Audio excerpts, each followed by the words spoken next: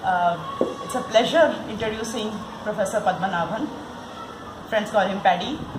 And for a formal introduction, he did his PhD in TIFR, Tata Institute of Fundamental Research, Mumbai, with Professor Jayant Narlikar. He was a faculty member there till he moved to Inter-University Center for Astronomy and Astrophysics in '92. And he's been a faculty member there ever since that time he moved over there. He is mainly interested in universe as a whole, and also how to, as in the invitation card there was a quote written, I worry a lot about putting quantum theory and gravity in a consistent manner. It may not be an exact quote, but this is roughly the gist. So he has been also, he's a recognized scientist in India. He's been awarded the Bhatnagar Award, which is a award given to scientists, the highest award given to scientists in '96.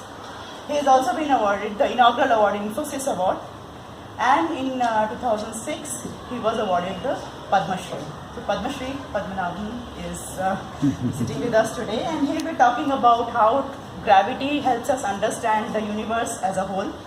Okay, and he will talk for a bit, and then we will have a one-to-one conversation with the speaker. Okay, so welcome Professor Padmanabhan, and good to meet you. So the way I thought we could structure it is that I'm going to talk for some time, maybe 10-15 minutes, and give you a broad overview of what I wanted to say and what will be this conversation.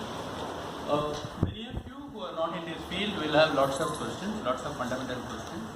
I mean, for example, even a term like expanding universe brings up a lot of questions. So if there is a very pressing question, interrupt me and ask then and there, and I will talk about it. But if not, at the end of it, we will have a little bit of question answer session specific to what we have talked.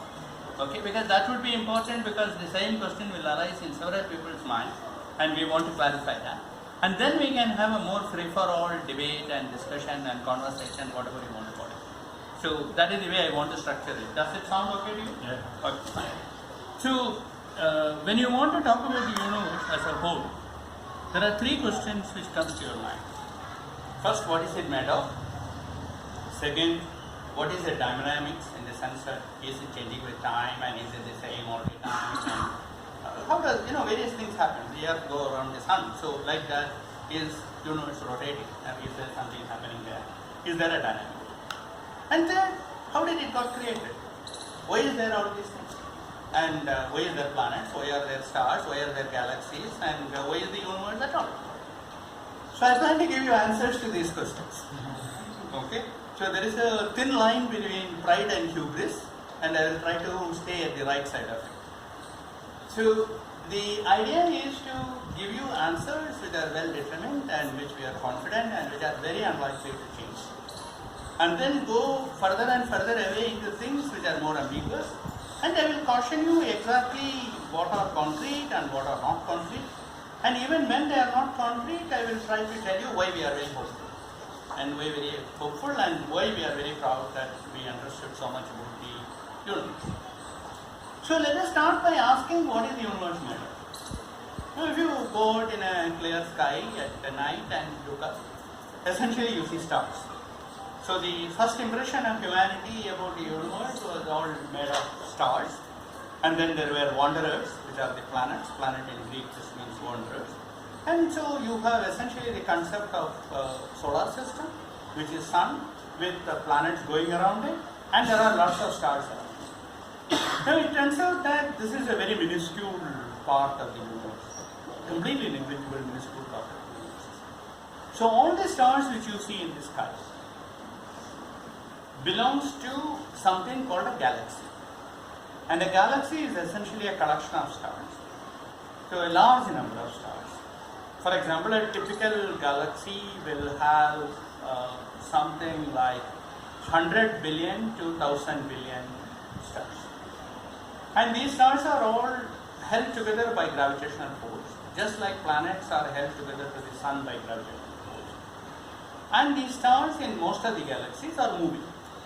For example, our galaxy, the stars which you see in the sky in our galaxy belong to what is known, what we have named as the Milky Way galaxy, Akashganga, the Milky Way galaxy.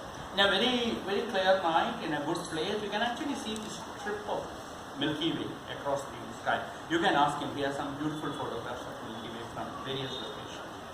So you have this Milky Way galaxy, and we are all part of it. And Milky Way is sort of a disc-like chapati, like galaxy. It has spiral arms. And the stars in that chapati goes around the center.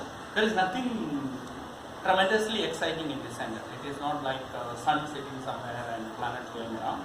The stars. There are other galaxies which are elliptical in shape or almost nearly spiral in shape, where the stars just move up and down. So it is not very structured. So the galaxies to the universe is like atoms to matter. So if I take a solid, I know that it is made of atoms. So if I take this pen, there are atoms inside. And the pen is made of these atoms. So the atoms is the unit in which you talk about bigger structures in solid state. So in the same way, in universe, in study of cosmology, you think of galaxies as markers. So there is one galaxy here, one galaxy there. So what happens when you go to larger scales? When you go to larger scales, the galaxies also organize themselves in what is known as clusters of galaxies.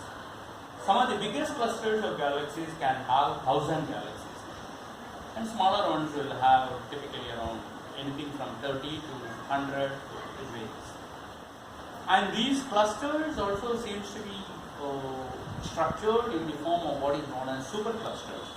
By then the evidence becomes a little bit, it is in the eye of the beholder, whether something is a supercluster or not a supercluster. But after clusters of galaxies, we know that it exists. So broadly speaking, this is what the universe is to visible light. When you look at it or when you study with optical telescope, this is what it is made. But it turns out that this is again only a very tiny speck of the universe. And there is a lot more matter, nearly something like a factor of 8 to 10 more matter than what you can see in the visible spectrum with optical telescopes. So this matter is called dark matter. So I want to get into it in a minute. But before that, I also wanted to talk about the large scale motion of the universe. So what is the universe? I mean, it gets into a lot of confusing polemics. If you think of universe as an entity, there is no such thing. Universe is just a collection of galaxies. So you just have a whole bunch of galaxies, and that collection, for the sake of convenience, we call it universe. But that's a good way to be. So when you talk about the dynamics of the universe, what you are asking is how are these galaxies moving with respect to each other? Then it turns out that if you take two galaxies which are very far away, you measure the distance between them today and you come back and measure the distance tomorrow. There are excellent techniques to do that. If you do that, you find that the distance has increased. So between any two galaxies, the distance is increasing at all times. So if you sit in one galaxy, you will see the other galaxy as moving away from you. Now of course, if you sit in that galaxy, you will see this galaxy as moving away from you. So there is no center. Just because you are sitting here and you are seeing all the galaxies, they don't like you and they are all moving away from you. But if you sit in another galaxy, you will see the same. So there is a homogeneous way in which all the galaxies are moving away from everything. This, for the lack of a better phrase, we term in a very confusing manner as universe is expanding. Now this is absurd because normally we associate notion of expansion with blowing a balloon. So the balloon is expanding because balloon has space to expand outside. But universe by definition contains everything. There is no outside to the universe. So the first thing with lay public look at it and say that look, I don't understand how can the universe expand because there is nothing outside the universe. Where is it expanding into? Okay. So I hate this terminology, but it has got stuck. All of us, both in technical literature as well as this thing, find it easier to say that instead of saying the distances between galaxies which are separated by a large distance is increasing with time, we say the universe is expanding. Okay, but we understand what we mean. Okay? So that is the first clarification which I have. So the universe is not in the same state yesterday and today. So obviously you can ask what happened to the universe in the past. So you can say what happened The universe is expanding. So when the universe was a factor 1,000 smaller, what do I mean? No balloon. If the distances between all the galaxies were 1,000 times smaller, how was it? When it was 10 times smaller, how was it? When it was billion times smaller, how was it? That is how we want to put together the history of the universe, which we have done.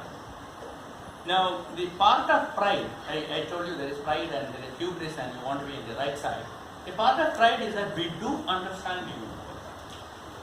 From about a fraction of a second in some sensible units to for 14 billion years.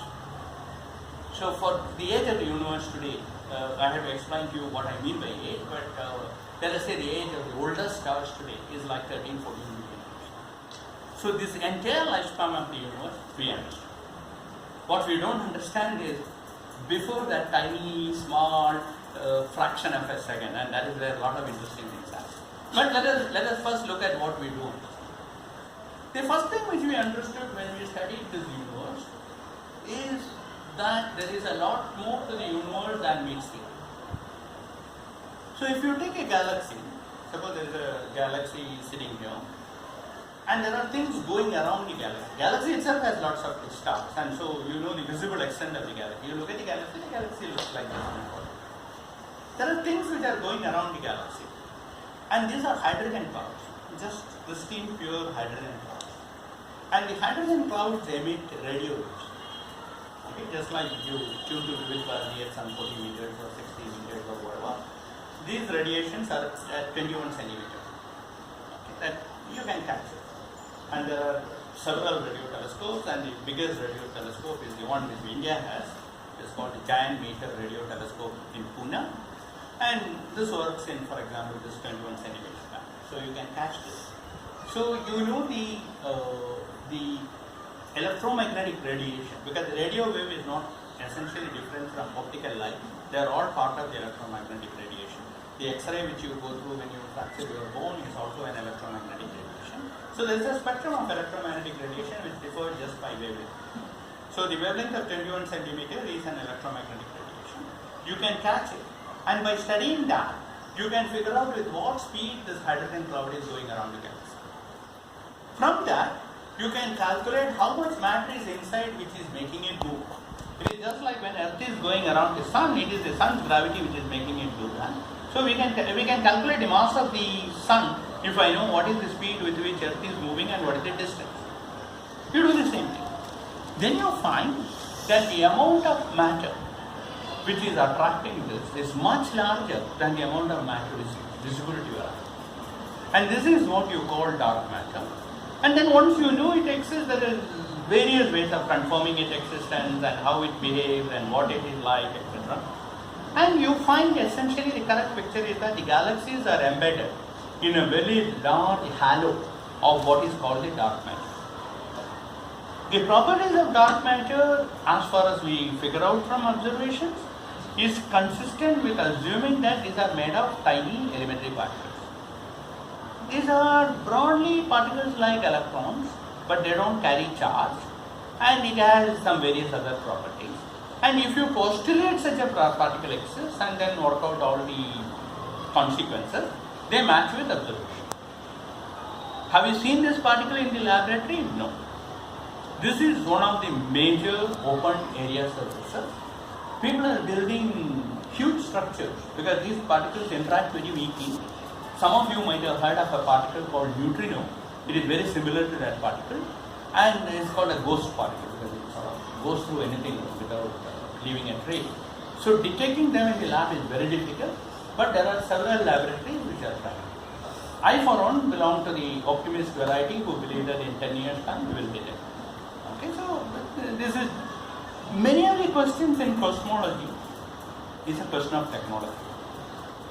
Almost everything which I am going to tell you today, I couldn't have told you 25 years back. Okay. The cosmology changed drastically around 1992. Our understanding of the cosmology changed drastically. It is one of the youngest sciences. People like to think it is the oldest science, but as a science it is very young.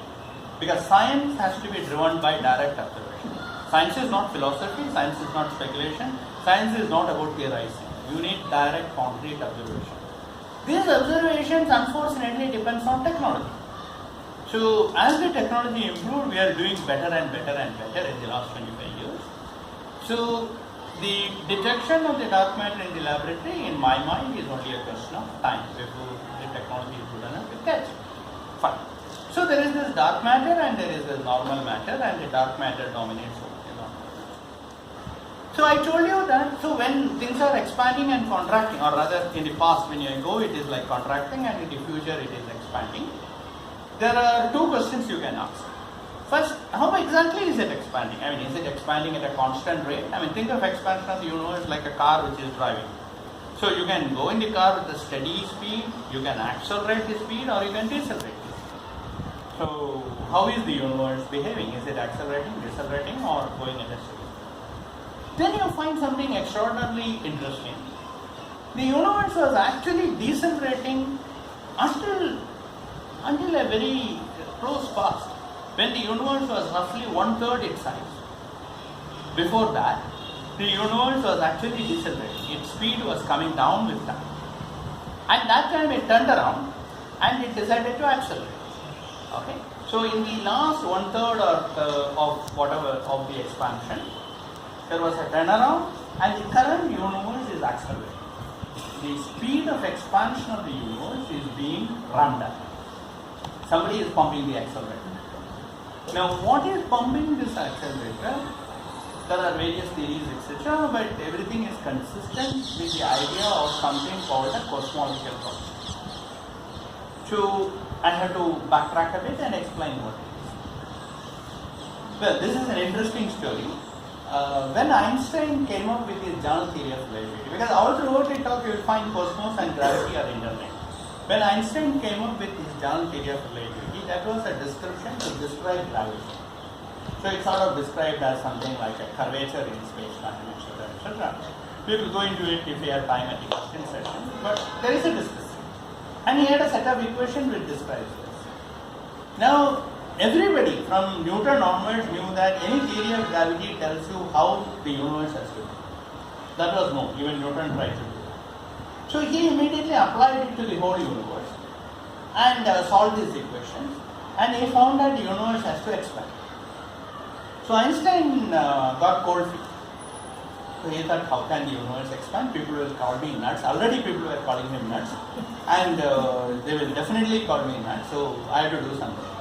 So he tinkered with his equations, added a term, and that term he called cosmological constant. Then he thought that with that he can make the universe static. Indeed, he could find a solution which is static. Nothing is changing in time. No expansion, etc. Now, it's very, very gratifying to know that Einstein made 3 mistakes in 2 years. So the first mistake was really gratifying. He made an algebraic error. He missed the sign. So as soon as the ideas came out very quickly, it is not often that you can point out that this guy is wrong. Various astronomers, especially D. Sitter, pointed out that the solution he found is not stable. It is like a pencil standing on its tip. It will stand for a moment, but it will fall. So if you start with that universe, very quickly it will start expanding. So the whole purpose of preventing the expansion by adding this term is not satisfied. So people said that will happen. Second, it would have been a great movement in human civilization. I am not talking about science, I am not talking about physics, it's just civilization. To write a few equations in a piece of paper, solve it and say that universe is expanding, please go and find it. That would have been brilliant, and he missed it. That was the second mistake. So observers came, and we theorists always think that we are don't know about the observers. Okay, so the observers have to come and tell us that the universe is actually expanding. Then you have to say, yeah, I can show it from my equation. It is not really quite nice. Okay, so that happened. He missed a chance for human civilization.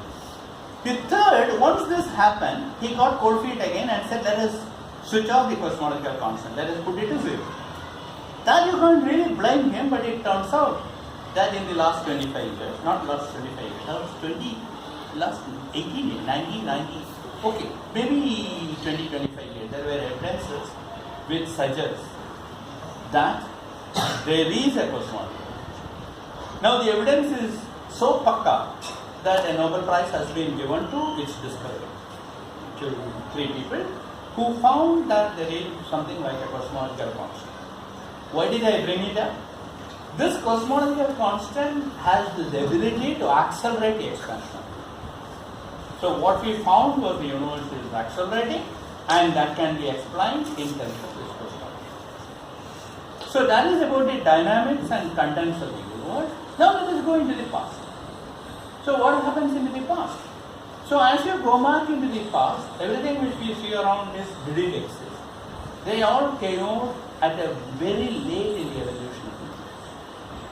For example, most of the galaxies which we see, the large number of galaxies which we see, and the stars in them, formed when the universe was probably 1/20th of its size and now.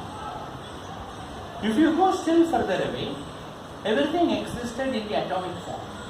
And if you go still further away, everything existed in the form of elementary particles like protons, neutrons and electrons.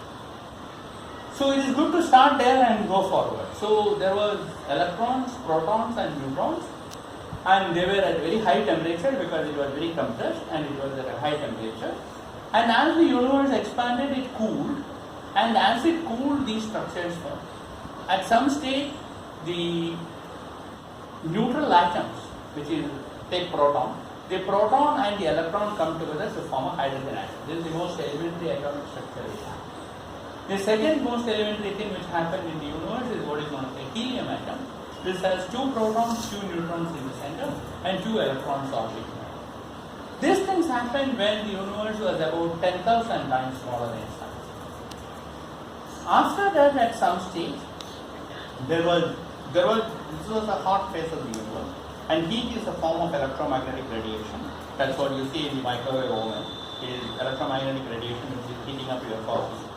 That heat, that radiation is around us all over, and that radiation stopped interacting with the rest of the matter, and it is there around us, and you can detect it. You can actually detect it. In the very old-fashioned TV, about 1% of the snow which you see when you tune between the stations is due to this. But of course, nowadays TVs have become sophisticated, they can filter out this noise. But if you have old TV set, the snow you see is coming from something which is a relic of the Big Bang, and which is about 1,000 years, which was from a time when the universe was 1,000 times smaller. The age of the universe at that time was roughly around 400,000 years. Today's age is like 14 billion years. Lot has happened since then. It is in this intervening period that all these structures like galaxies form. But how can they form? What's created them? When you go back to the universe which was 1,000 times smaller and you look at it, by which I mean literally look at it. Astronomers are a blessed lot because we can see the past. Like when I look at you, I don't see you as you are right now because life takes some amount of time to come from you to me. So I see you a fraction of a second earlier. When I look at the sun, I see it as it was 8 minutes ago, where it takes 8 minutes. When I look at a galaxy 1 billion light years away, I am seeing the galaxy as it was 1 billion years ago. So if you can look further and further and further, you can see the universe at earlier and earlier stages. So again, technology. Just give me infinite technology, I will give you infinite wisdom. Okay? So the technology today allows us to see this radiation from a time when the universe was 1,000 times smaller, when none of these existed. And you see pristine, pure radiation with tiny wiggles. This is called cosmic microwave background radiation, and the wiggles in it are the temperature difference at different points.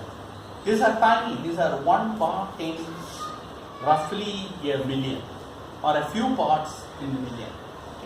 So these tiny wiggles require high technology to detect. And this has been done. It was done for the first time in 1992, which is when the universe, the cosmology became a science. Then it was, once we have tested blood, we send out more satellites. These are all satellite observations, and satellites which could do this very, very precise. And now we understand what the universe was like. Not only understand, we see what the universe was like when it was 1,000 times smaller. So everything which I have told you in that part of the story, 300,000 years to 14 billion light years, are direct observational evidence. It is like doing laboratory experiments, except that the lab is the question. And you can see them all directly. So there are no ifs and buts and, oh, maybe this is one theory, maybe this is another theory, maybe you can have one model, maybe you can have another model. No, we know what it is. So these tiny wiggles are sitting there, and these tiny wiggles, because of gravity, grow to form structures. So what do I mean by that? Suppose you think of a uniform distribution of matter, and suppose there is a little bit more matter here and little bit less matter. The more matter will have more gravity, so it will accrue more matter around. So as time goes on, this will grow. Rich will get richer and poor will get poorer. And that is exactly how galaxies and clusters of galaxies have been formed. And this today we can do with computers, again proprietary technology. And in fact, what me and Justice used to take a Deck Alpha system in mid-90s and run for about a week. My daughter does it in her laptop in about 3 hours. So you can put these particles and you can put all the features we know about the universe and run it forward. So here is 14 billion years for you, and it gives you structure and you can compare it with what is in the sky and then match it. So we understand all that. So you go again backward. So you want to push the frontiers of your knowledge. So you have gone up to 300,000 years, go still further. And what happens?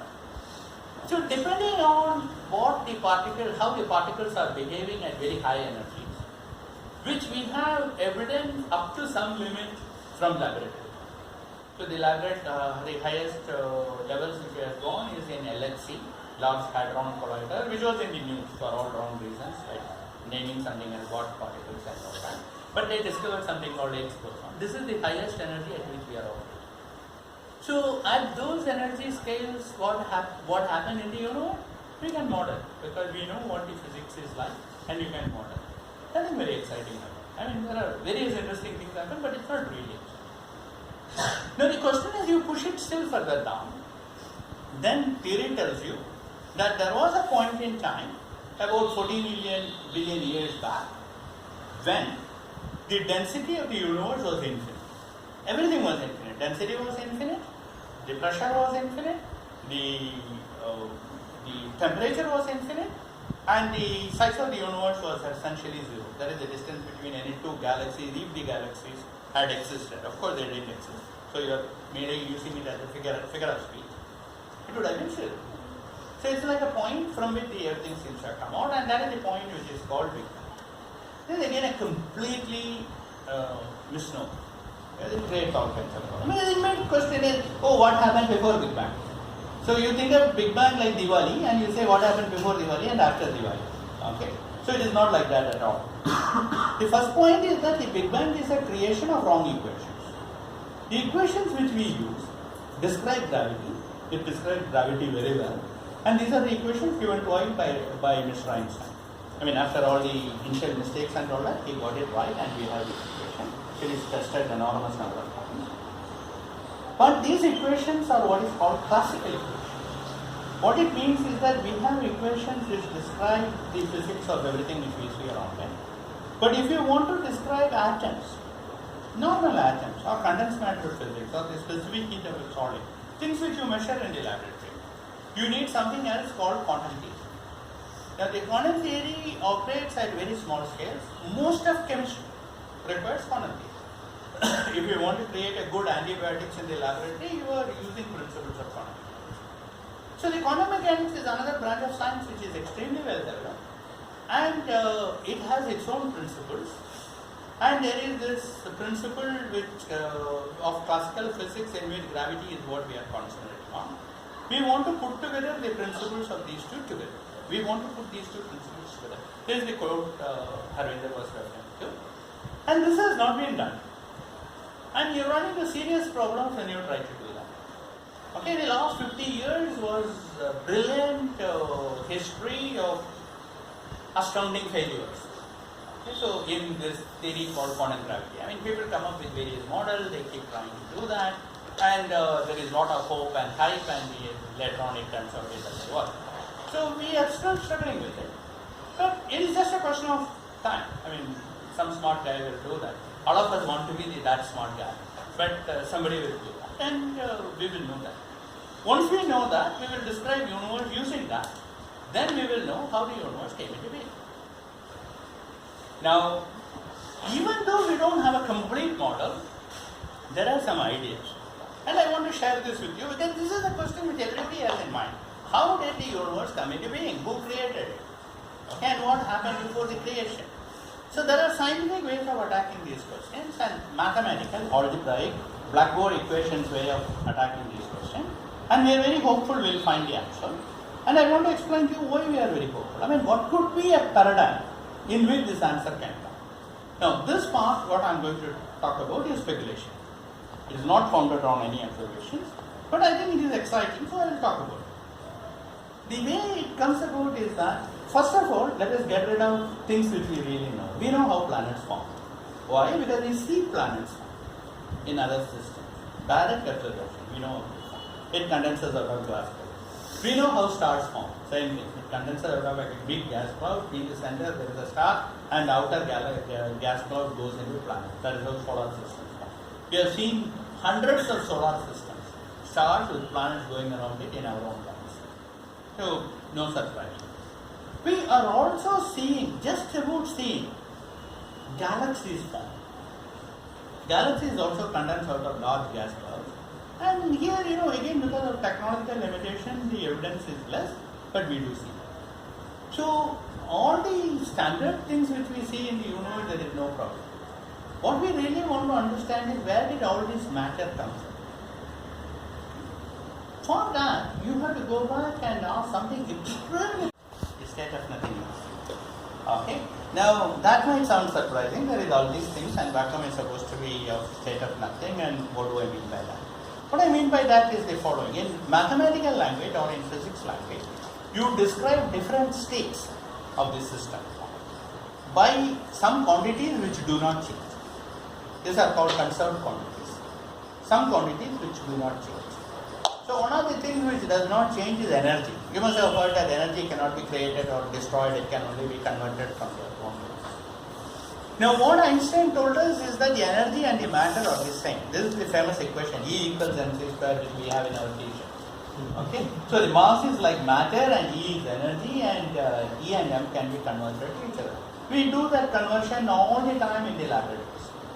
Okay? This is the standard stuff.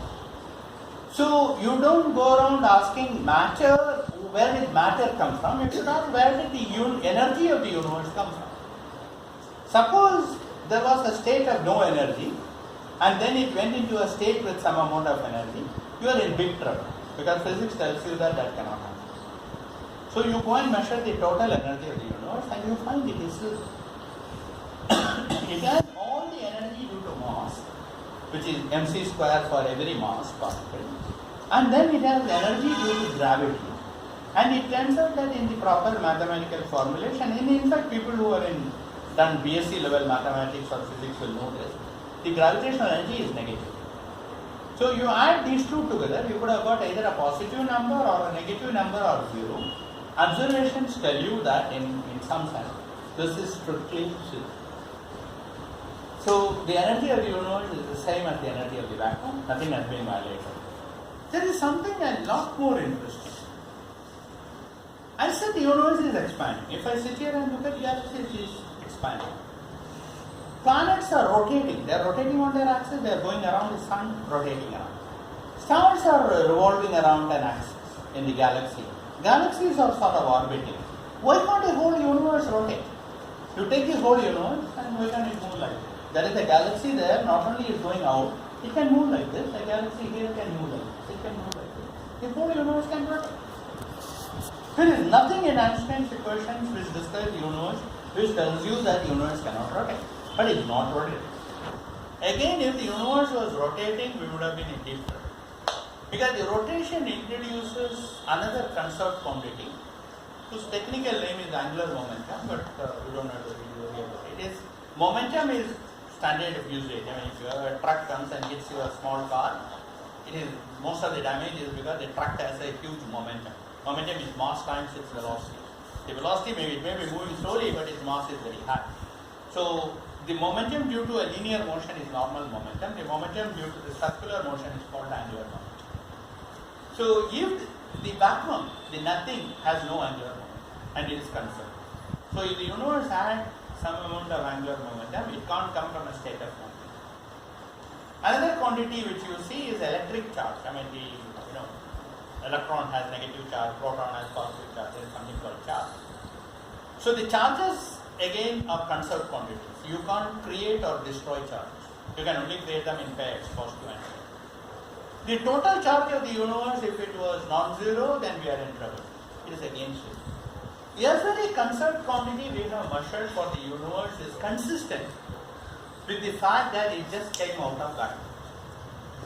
So the picture which we have is there is a state of nothing which had zero energy and which went into a state with positive energy of matter and negative energy of gravity. So this is the paradigm in which one is trying to explain creation in mathematics. But of course that begs one question. Why didn't it stay just like that? I mean, what was the need for it to go into this state? That again can be addressed, and this has to do with what is called instability. This is again the thing which I told you about the pencil. If I keep my pen somewhere here like this, for a moment it will stand. This is also a situation where the same pencil or pen can stay.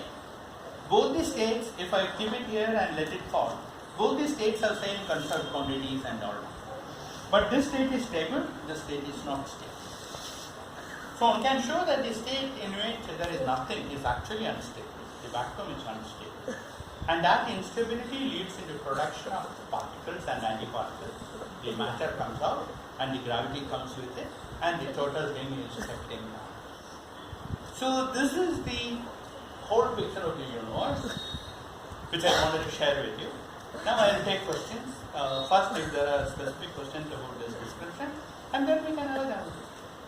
Okay. For that, I have to tell you a little bit about the distance scales and length scales which we measure. So, the typical distance between two galaxies in the universe is measured to be a quantity called 1 megaparsec. That is just a name. What exactly it is in centimeters is there. So, the typical distance between two galaxies is 1 megaparsec. Now, if you take two galaxies which are separated by 100 megaparsec, the one galaxy will see the other as moving at a speed of about 75 kilometers per second. This is big. Okay? And the total size of the universe in the same units is like typically like between 3000 and 6000 megaparsec. By size I mean what we see, the visible extent of the universe. It's of that order. How do we know the universe is not moving? Okay, where is there in the initial part of the talk? Okay, so let me explain that again. There is no such thing as universe. Universe is not a system. Universe is not like a tennis ball or a dust. Universe is just a collection of galaxies.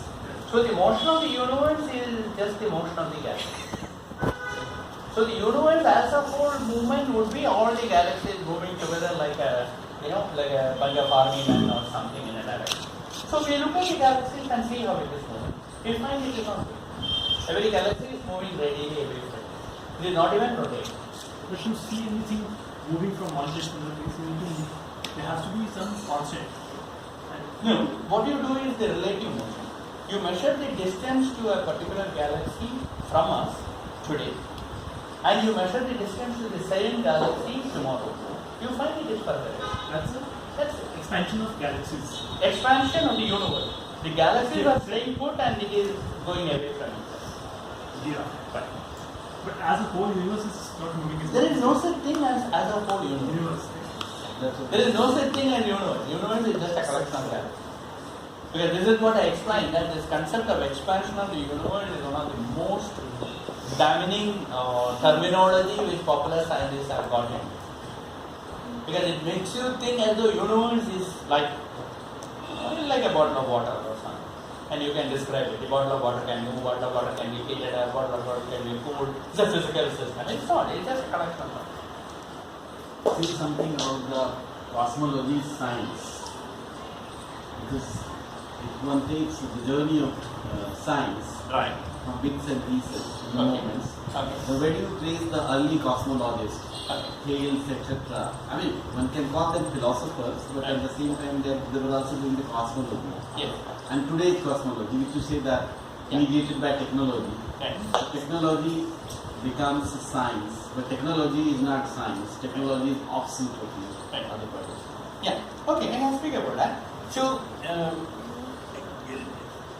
if you are building pyramids all day in the hot sun and you are just resting at night and on the ground and you see the stars, it is very natural that you will think about it. That is how it begins. Okay?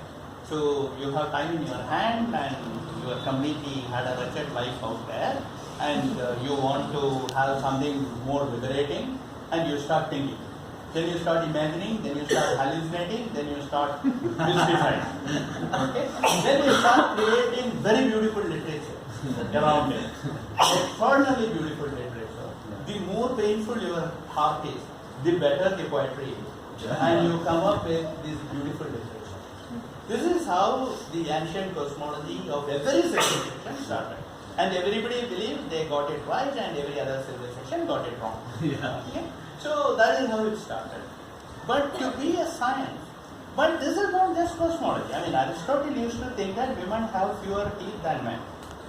He never bothered to look into Mrs. Aristotle's teeth. Okay?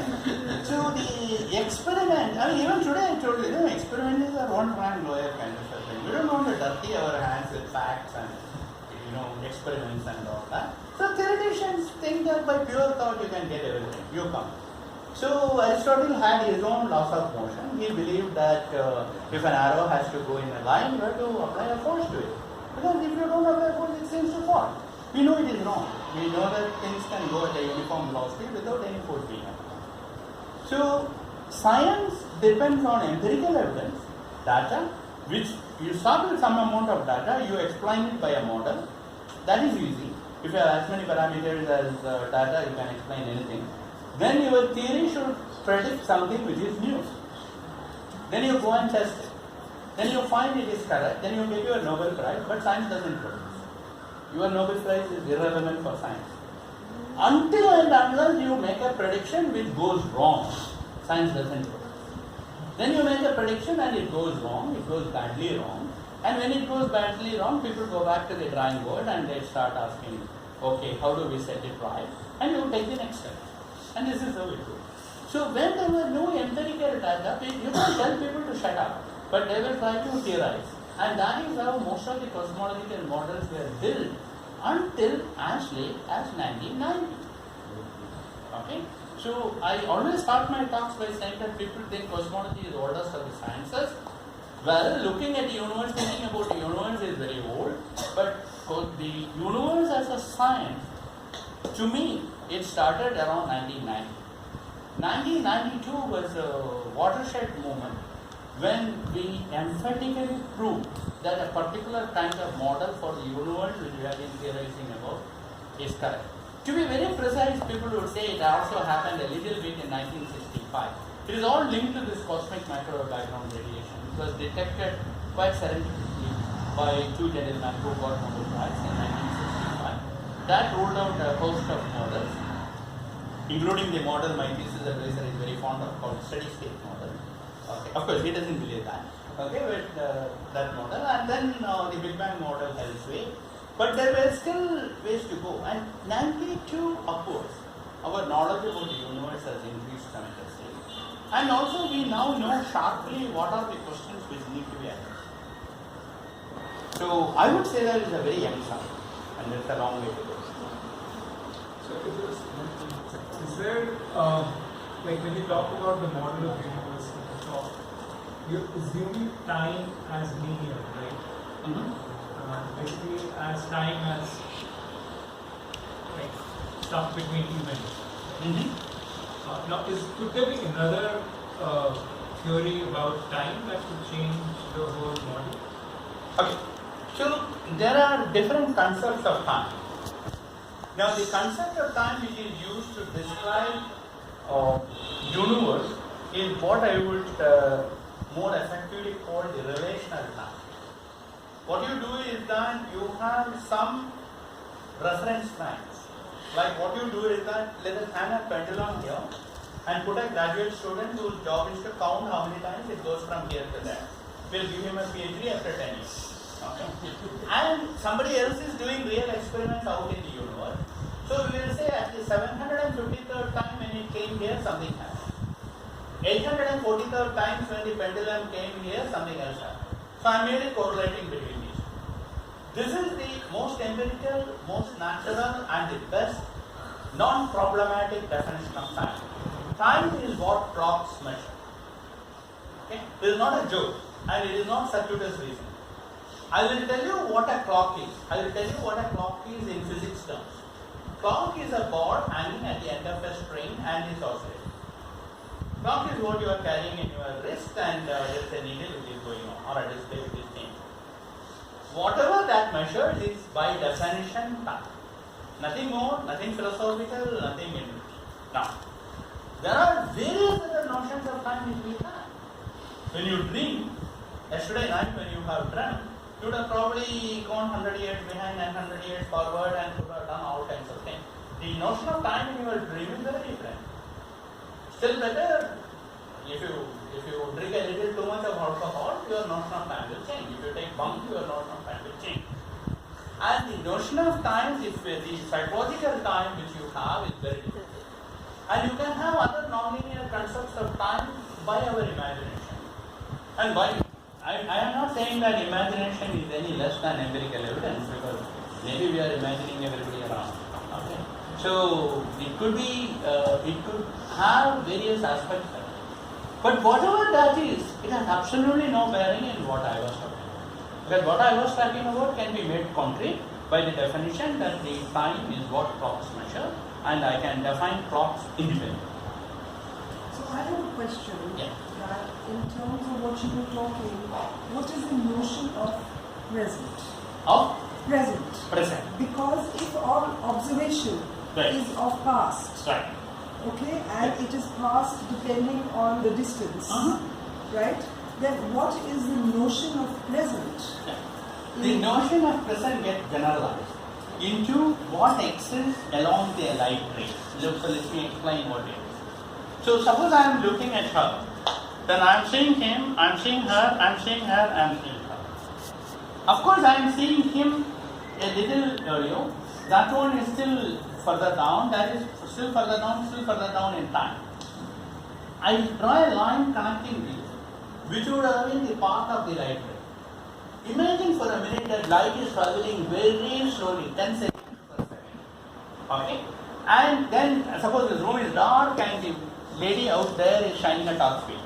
So what will I see? First her face will get illuminated by the torch beam. That is what I will see. This will be a fantastic experience, just imagine. Very slow light, 10 centimeters per second. Then it will move. When it hits the next lady, I will see her.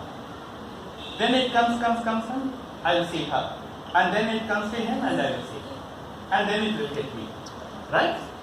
So what is the notion of present here? I am going to see them at different times in my clock. Right? In my clock. I mean, I keep the watch.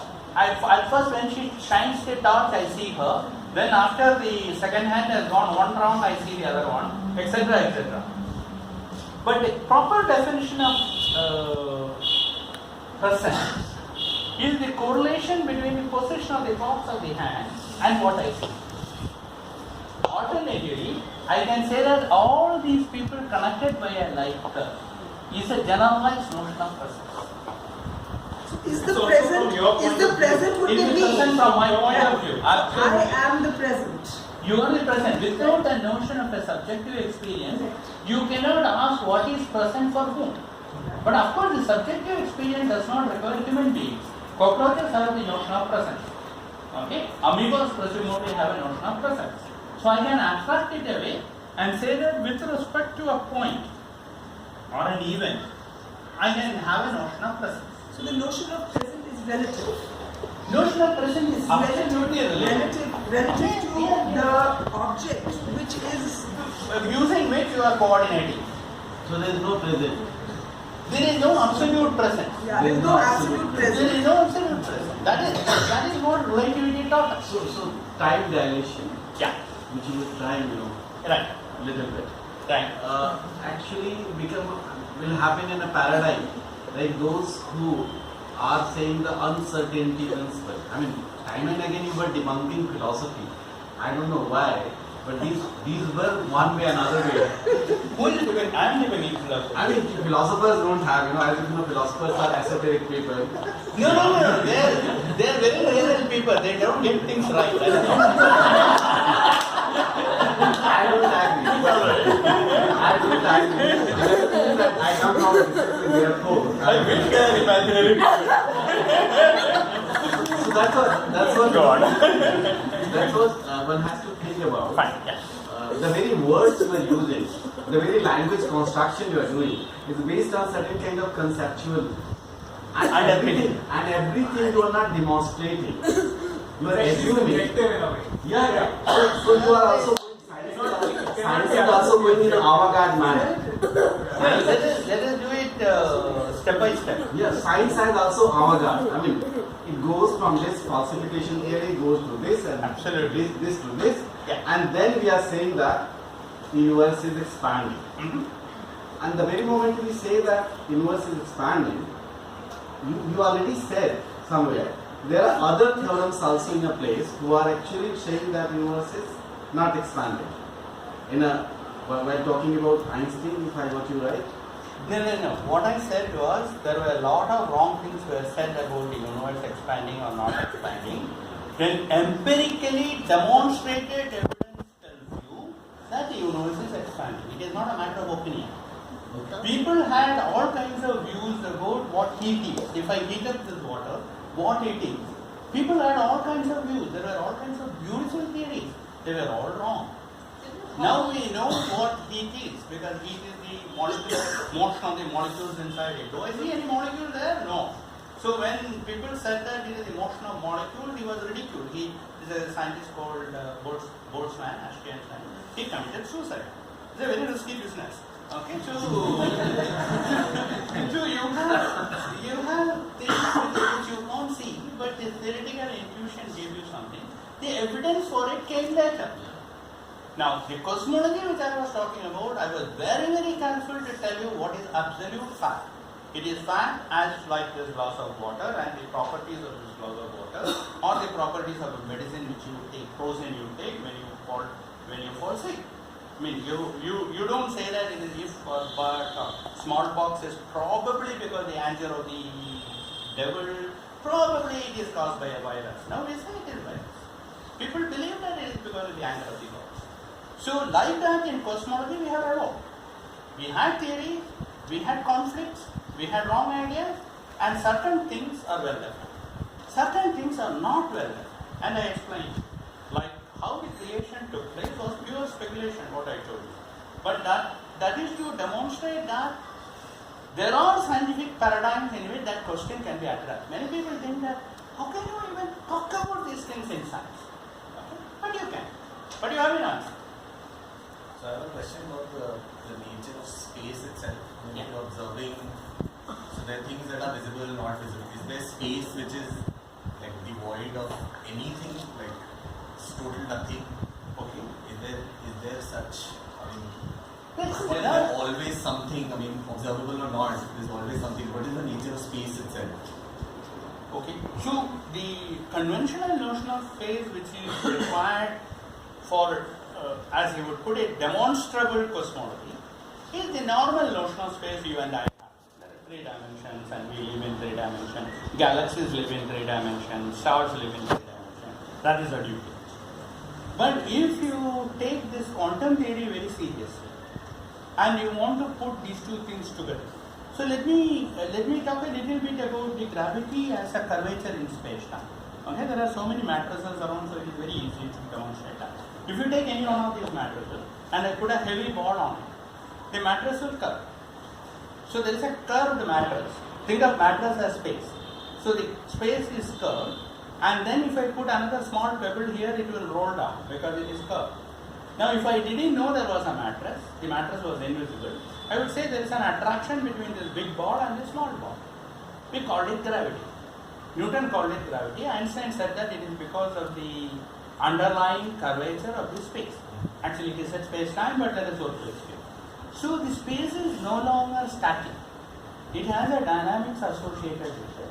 We do understand this in around solar system. For example, the space around sun is curved. The earth is actually going in a straight line in that curved path, and that looks to us as though it is curved because our reference frame is a straight space. And this is just like if you take a wall map of the earth, all the areas will get distorted. You know that area of Africa and area of Greenland, if you look at it in that map, is very different from reality. You get it real in the globe. So that is because a curved surface has been made flat.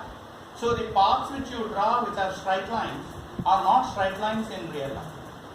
So the space acquires a bit of a dynamics even in Einstein speaking. So it is not a completely static object. If you bring quantum mechanics into it, then it appears as though the space itself has to have some discrete nature. This is again pure speculation. We have no evidence for this. But there are a lot of models of quantum gravity where the space itself is built out of something pre-geometry. Pre-geometry. So the space has a geometry, but there is something pre-geometry from which the space has to be built up. We don't know what it is. And there are various models, and this belongs to speculatory science. But people are trying to understand it. So our understanding at present of space is that it is just like what you and I imagine, except that you should think of it as a curved space rather than a flat space. So then the notion of gravity has changed with Einstein. So the whole definition of gravity as a force to a spatial That's right. Gravity is no dependency. longer a force. Einstein said that gravity is not a force, it is a manifestation of space-time gravity. Okay? I mean, I don't want to bring time into it because it confuses the issue a lot more. It is a manifestation of space gravity. You can actually interpret entirely in terms of space gravity. So that is a good thing for our purpose. So the matrix analogy I gave you is actually more than an analogy. You can formulate equations based on that and get my. So is it that then in this new notion of gravity, Right. the This is 100 years old. sorry, Yeah. my present. The We just motion. celebrated its centenary night. So the motion Ah, that is created because of the gravitational forces, Right. supposedly, but because of this curvature, Absolutely. then the motions are now different in different places, locations. no, it is actually space. simpler than that. All motions are straight line motions. Because gravity is not a force. So everything But is the moving in a curvature- straight line. But it is a straight line on the surface of a sphere. Right. Suppose you think of sphere as the simplest example of a curvature. The straight line, if you draw, you take New York and Paris, and suppose I ask you to draw a line, which is the straight line between New York and Paris, on the globe which you have on your desk. But the geometry is not explained in the video slide. Right. No. So let me come to geometry in a minute. So suppose you want to draw it. So you look at it and you draw this line. Okay? Then you take a world map of the globe, the same world map of the world, and you take New York and Paris and you draw a line. These two will be very different. Just try this experiment. Right. Just intuitively you take this and you draw as much of a straight line between New York and Paris. It's actually sufficiently far away point in the globe, and then you compare it with the straight line in the map. You will find they are widely different. The straight line on the surface of the globe will be shorter in length compared to the straight line which you. That is why geometry changes. Because the geometry tells you things like if you sum up the three angles of a triangle, it's 180.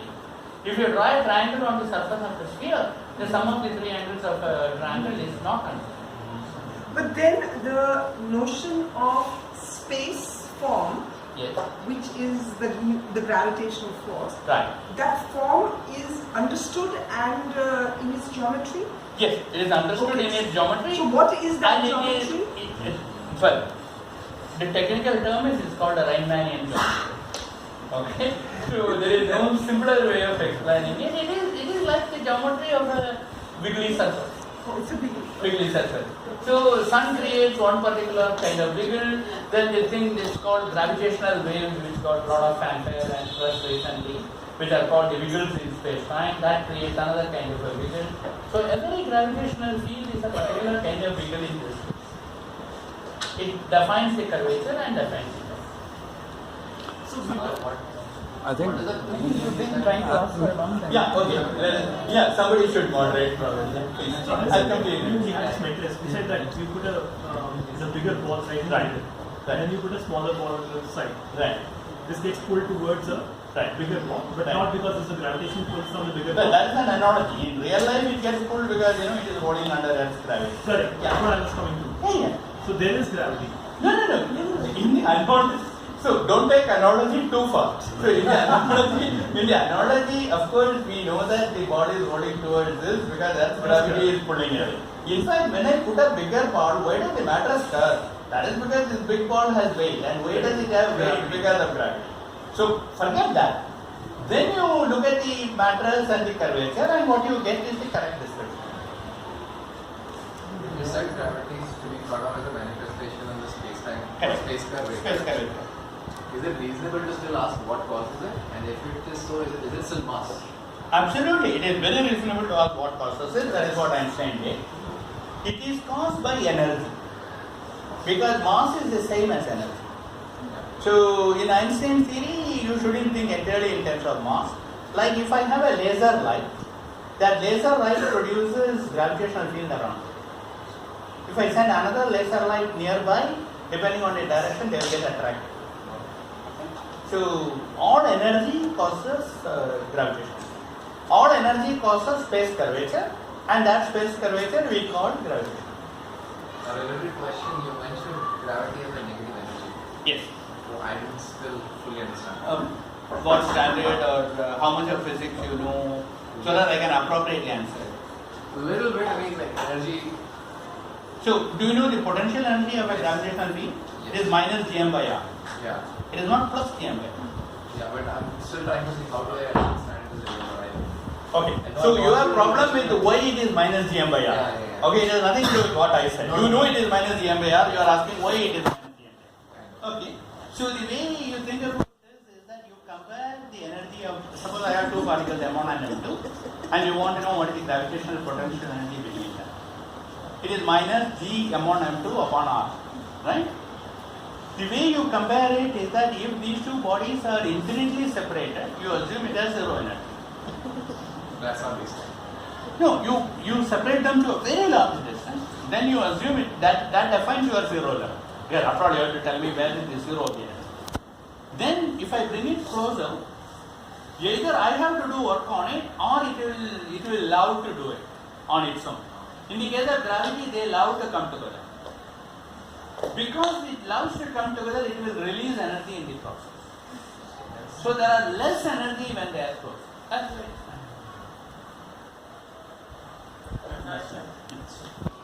When you said the universe is expanding and things are moving away, so Galaxies are moving away. yeah, so there will be also some galaxies moving closer towards towards us or to something else, right? Because it's not all moving only in one direction. I imagine it's moving. No, actually no. So they are moving in all directions, right? Okay. No. So let me explain this to you. There are two kinds of motion. First, there is another question which people ask, because of this bad notion of universe is expanding. The standard question because I sort of killed it by saying there is no universe, no expansion, there is only galaxy moving away. This comes from years of practice of giving public lectures and confusing the audience. So the other question that people ask is, okay, galaxies are expanding, everything is expanding, solar system is expanding, planets are expanding, the reason I am getting fatter is because of this, everything is going on, meter scales are expanding. So if everything is expanding, how will you ever measure expansion? You can't. If meter scale is also expanding like this thing, you can't.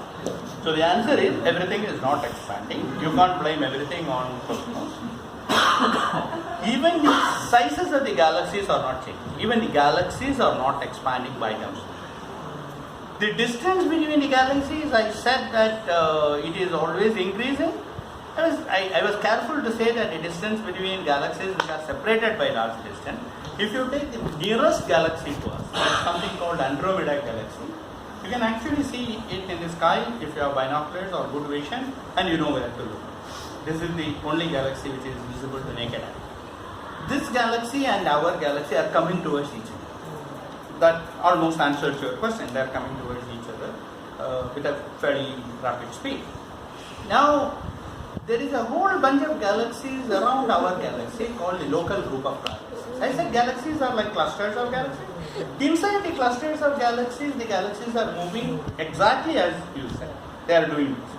But when we talk about the expansion, what we are talking about is isolated galaxies, not influenced by the strong local group motion and sufficiently far away. Such galaxies obey what is known as the Hubble law. They are all moving readily away from each other. So there the motion is very streamlined. So there is like a central point. No. A Because notional. if you sit in that galaxy, Yeah. you will again find all the galaxies are moving away. So you can't say you are right. If at all anything cosmology teaches you, it is humility. Okay, we thought that we are at the center of the solar system. We are not. Earth was not at the center of the solar system. It would have been lovely if Sun is at the center of our great galaxy. No, it is not. And if the galaxy is at the center of our cluster of galaxies, it would have been brilliant. It is not. Andromeda is a much bigger galaxy. So we are not at the center of anything. And we are not even made of the most dominant component in the universe, because dark matter is 10 times more abundant than normal. So there isn't anything greatly significant about us. When you talk about if I understood properly, the total amount of mass and energy is counterbalanced by gravity. Gravitational negative energy, absolutely correct. Yeah, total to zero. Are we getting both from the singular equation in the sense we are measuring in the measurement, or are we measuring individually? We measure them individually. That would have been ridiculous, right? No, we measure them independently. When we talk about galaxies moving away from each other, Right. and the rate of expansion or the velocity is increasing, is there any model that stipulates how much they will expand and till when they will expand? Will it What will happen to it eventually? Good question. I never talked about the future of the universe. So the question is, alright, the universe started by this crazy notion of a quantum creation, and then it expanded. At some stage it is accessible to demonstrable experiment, which is like 300,000 years or something. To 14 billion years, we know what happened. What happens in the future? Will it continue to expand? Will it sort of go up to a maximum radius and recollapse? Or what will happen? So this is an observational question, and this is like you throwing a ball up in the air. So when you throw a ball up in the air, does it go to a maximum height and fall back? Or does it keep going away and away and away? Normally when you or me throw a ball up in the air, it will come back. But if you are launching a satellite or a rocket, you put it at a speed which is greater than the escape velocity, it will go away. So you need to know what is the speed with which the ball is moving at some time, how much gravity is trying to hold it back. So you want to take the energy contained in the kinetic motion of the particle and the energy contained in the gravitational field, and you have to ask which energy is strong. This exactly brings back to his point. It turns out when you independently measure these two, these energies are exactly to a precision of some 1 part 10,000. They are exactly equal to escape velocity. So the answer is the universe will continue to expand, and it will just go further and further. But if the present only is relative, then where's the future? That is why I didn't talk about it. I'm really responding to a question. So, the universe is expanding, that effect is called Hubble effect, because Hubble apparently observed it first. That's correct. But Actually, a actually guy called, it wasn't Hubble, it was someone before. there's a He guy stole called it. Humason Yeah, he stole it. who found it, and Hubble stole the credit. But he observed what was Yeah, well, he did. I mean, he did contribute quite a bit. Yeah, but he stole it because it was written in French, right? read it and it wasn't really published because of that. That is Lemaitre. That is Yeah, Lemaitre. Lemaitre, who was a priest and whatnot. And also even the Hubbard's original data, when you reanalyze, is incredible how he found the expansion. Okay, but today we have data sets which are far, far superior. Shall we wind up for continuing discussion over some tea and cakes? Okay. Thanks a lot for coming.